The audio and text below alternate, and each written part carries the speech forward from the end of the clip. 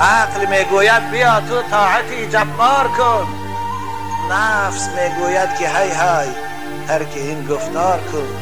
این دانست و باور داشت و ایمان داشت که بعد از مرگ زنده شدن است، در محکمه سودی خدا نشسته جواب دادن است. این باور داشت.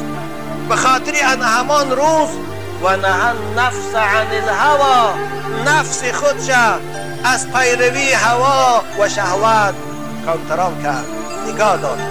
این نفس خودش نگذاشت از قفای هوا و شهوت رود، نگذاشت. نفسش میخواهد زنا اما نگذاشت زنا کند. نفسش میخواهد توی کمسمالی کند، بعضی خواهرای ما بارین 1 ساعت 2 ساعت خرسندی دارد، بعضی پدر و مادرای بدبخت بارین، اما نگذاشت که از قفای نفس رود. این گناه نکرد، خواهشات نفس اجرا نکرد، برای که خدا این حرام کرده است. ولی بعضی فاسقان تو میگویند، این ملاها فتفخش هم میگویند که جنت دوزخ رفته دید آمده، حالی میبینی انشاءالله.